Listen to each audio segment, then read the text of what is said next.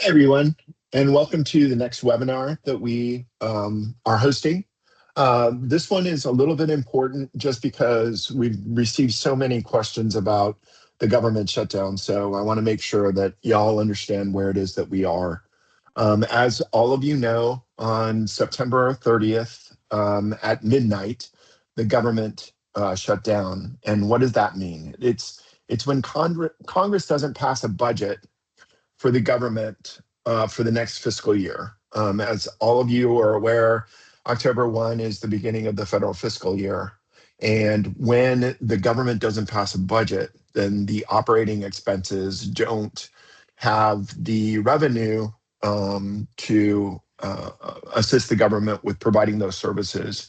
That includes anything that's non-discretionary. So when you've got, or it includes everything that is discretionary. Non-discretionary is still provided by virtue of the fact that it is a non-discretionary spending like Social Security. But this is called the government shutdown. And during the shutdown, only certain government employees are allowed to work. The essential nature of the occupation is what dictates where it is or how it is that the government makes a determination about the essentialness of the opportunity. So let's jump into what that means for immigration users throughout the country.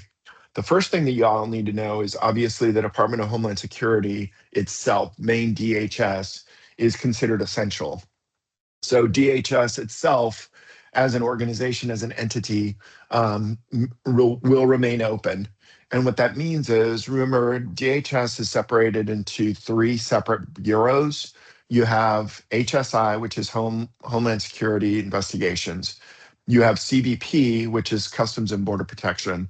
And then you've got USCIS. Those are the three bureaus under the Department of Homeland Security. There are discretionary natures to some of that opportunity.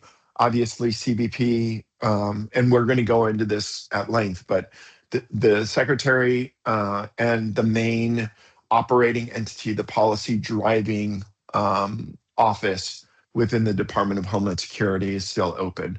USCIS is a fee-based entity. It's an agency that only performs their activities when a user of that agency actually submits government filing fees.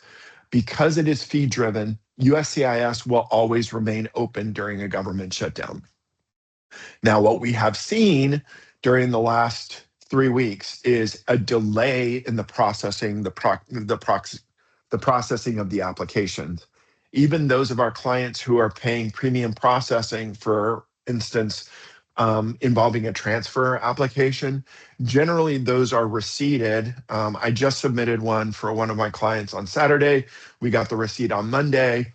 Generally, I would anticipate that we would get a approval notice before the end of the week. That's not happening. The government is taking the full 15 business days to adjudicate those applications. I think that is because USCIS, its officers are doing multiple assignments.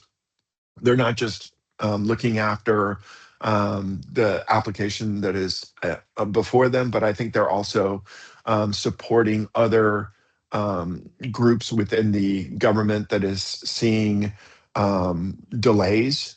So the easiest example of that is individuals who are responsible for air traffic. They are quasi-essential, and so they are not compelled to continue working, and so you're seeing slowdowns at the airports. TSA is very similar. A lot of those individuals are not compelled to continue to work, and some are seeing a decrease or the lack of pay, and so they're kind of slow playing an opportunity to work for TSA. So what that means is USCIS is still compelled to adjudicate those applications. We're just seeing a delay in that processing. The Department of State, so visa and passport operations remain open. Visa and passport operations remain over. However, as long as the shutdown lasts, work for diplomatic visas and life and death emergencies, and specifically kind of a humanitarian parole situation. Those are also being delayed. And so, um, like USCIS, some of us are processing our H-2B visas in Mexico currently because of the release of the October 1 visas. As most of you are now aware, there was during the Biden administration a waiver of interviews for individuals who are returning workers in either an H2, an H1, or an H3 visa category because they've already been vetted, they've already received the security screening, and they haven't done anything to jeopardize the visa that's already been issued. And so there was a waiver for interviews. And so we have clients who process hundreds of H-2B workers at a time. And what we're seeing now is a delay in the scheduling, and that's because they're stepping up their interviews. And obviously, there's a delay in processing for national security checks, et cetera. So you're going to need to be patient with the Department of State as it relates to interviews. The other thing that there is a delay for immigrant visas. So a lot of you have engaged us to assist you with getting green cards for your workers.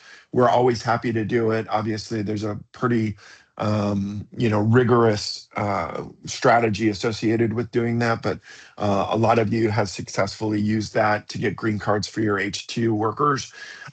What we're seeing now is a delay in the scheduling of those consular interviews. And so, some of you have sent your workers back to reset their intent in order to reprocess on the immigrant visa on our advice, but the scheduling of their consulate appointments have been stretched out. And that's because not only are the consulates still continuing to suffer from a lack of interest from recent graduates to join the Consular Corps, but the expertise along the border is being shifted around the world. And so a lot of a lot of the consular operations down in Mexico have actually moved up to the northern border. A lot of our consular operations in the Middle East have been focused in Jerusalem and Tel Aviv to handle all of the Gaza, Palestinian, Syrian crisis. And so there's just a lot of reshuffling of our diplomatic corps. So we're just going to need to be patient with that. As it relates to border entry, however, all of the ports of entry remain open. Where we're seeing a delay, though, is at border crossings. And so if individuals have left the United States with a valid I-94 and they're returning, sometimes we're having to send copies of the approval notices to those entrants who are reapplying for entry into the United States. And so if you are planning on having your H-2B workers travel into Mexico or Central America as part of the upcoming holidays, please let us know just so that we can go ahead and provide you additional information that will allow them to re-enter. Just during this shutdown, we're seeing a lot less focus on records and discovering whether or not an individual is maintaining their status. And so we want to be able to kind of jump ahead of that and ensure that there's not a question at the border. So just let us know ahead of time before workers are returning. As most of you are aware, by virtue of the operations in New York City and Chicago and other metropolitan areas, DC, ICE is continuing their removal operations.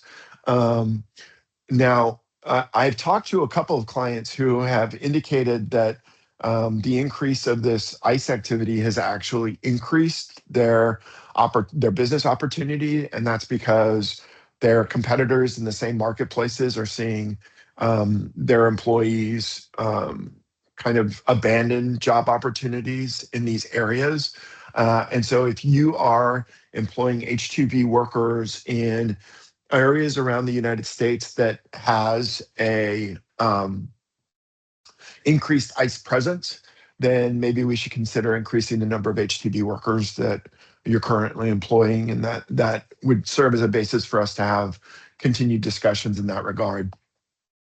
For those of you who are employing F students, CVIS is remaining optional, so we're not seeing any delay in the F1s returning into the United States.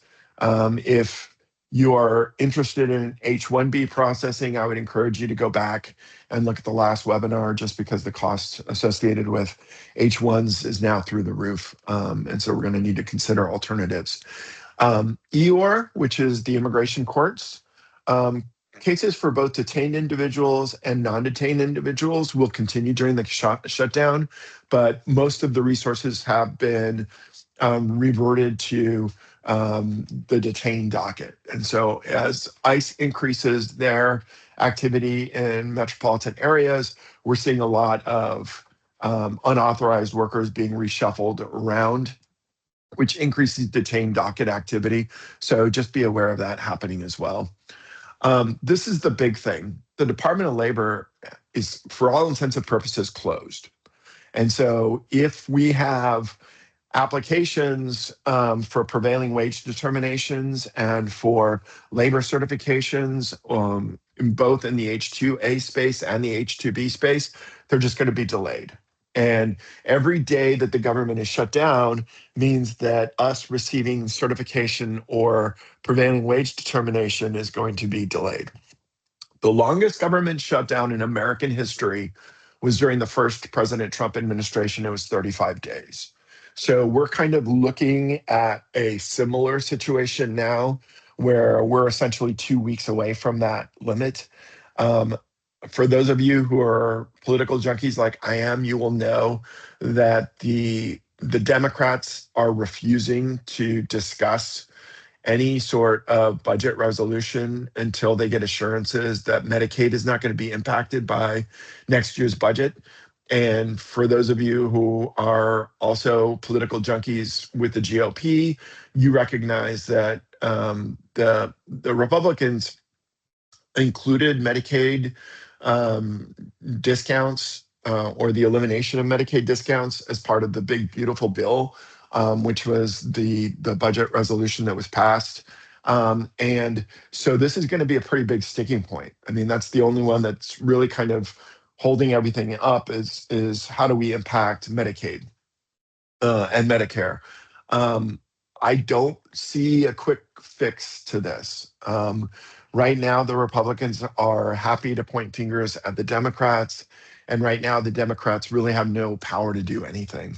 The press is actively asking the Republicans why they don't meet with the Democrats, and the answer, quite frankly, is they don't have to. The people who are getting kind of punished by the government shutdown are essentially government employees and the military. And so I think that the Pentagon is probably going to reshuffle their own budget with allocations that have been saved to make sure that aid is being redirected to the military. And then those who are, receiving civil support services like, CHIP and, other forms of public welfare just aren't going to receive the welfare. And so I don't sense that there is a easy fix in the next couple of weeks. We'll just have to see how the public continues to feel about the government shutdown. But the big part, or the theme of this webinar, is that the DOL is closed. And so as long as DOL is closed, your labor certifications are going to be delayed and your prevailing wage determinations are going to be delayed. If you were able to sign up with us in August, and most of you who are on the line did, your prevailing wage determination requests have already been submitted. And so we will be in a position to file your application either on November 1st or on January 1st, depending on whether you have a February 1st or a April 1st start date. But those applications may be delayed just because day after day that there's a delay means that there are applications that have been submitted before the shutdown that aren't being adjudicated. And so there's going to be a backlog that the Department of Labor has to go through before they reach our other applications. Finally, the ombudsman doesn't work. And so if you guys have an issue that we have recommended using either the ombudsman or congressional liaison, that's not available. We can't talk to anybody at USCIS. The only way that we can communicate with them is either via premium processing or via the ombudsman. Premium processing is, like I said, available, but they are delayed, and the ombudsman is no longer available. So, what does that mean? The each day that the government is closed, DOL processing is delayed, and although we have successfully used the October opportunities to provide cap excluded H2Bs for most of you. Some of you have either run afoul of the October 1 cap for the winter, or we are, kind of going to rely upon the release of potentially supplemental winter visas, which we were able to utilize during the Biden administration, but obviously during the government shutdown, those aren't available. And President Trump hasn't indicated whether or not he even is going to release supplemental visas. But what that means is transfers and extensions are something that you guys need to take serious consideration of right now. Particularly those of you who don't have a winter opportunity, we need to get those extensions filed. And that's because I don't know how long the government closure is going to impact the opportunity to remobilize people in the spring. And so if you have H2Bs that are expiring either October 31st, November 15th, November 30th, or even through the end of the year of this year, we really need to get those extensions filed. So if you are an employer with workers that are currently here, but don't have a opportunity to bring them back or transfer them, we need to go ahead and get those extensions filed now. And it's just because my job isn't to facilitate effectively the H2B process for you, because I think we do that better than anybody else. But my job is to give you alternatives. I have to be nimble. I have to find opportunities where other people aren't providing you opportunities. And so extensions is something that we take pride in, that a lot of other folks don't know about. But I need to be able to look around corners, and I don't see this government shutdown ending anytime soon. And so if you don't have a transfer opportunity, then we need to get those extensions filed sooner than later. Again, the cap for October for the first part of the federal fiscal year has already been hit for winter. We anticipate it's going to get hit relatively early, probably, if not the third week, the fourth week of January for the spring opportunities. There is no cap relief right now, and there is no either exemption for returning workers or any other workers. And so we need to give you as many alternatives as possible, not only for you to ensure that you're going to have H2B workers or H2A workers moving forward, but that you're going to have continuity of that labor provision. And so if you don't have a strategy in place that we've already discussed, then it's time for us to set up a phone call and get that taken care of. As always, email communication is always preferable to our team. We love all of you, but there's a lot of you, and we can't keep track of everything that we're talking to you about on the phone at all times, which is why we really prefer email communication. If you do have a question and you want to schedule a conference call, the easiest way for you to do that is email your contact with our firm and say, hey, when is Kevin available in the next couple of days? And we'll get it on the calendar so that it's available. I unfortunately spend about 6 hours a day on the phone. And so it may take a day or so to get you on the list, but we'll get you on the calendar as fast as possible. So with that, we're right at the 20-minute mark. I really appreciate this opportunity to provide, and I look forward to talking to you again.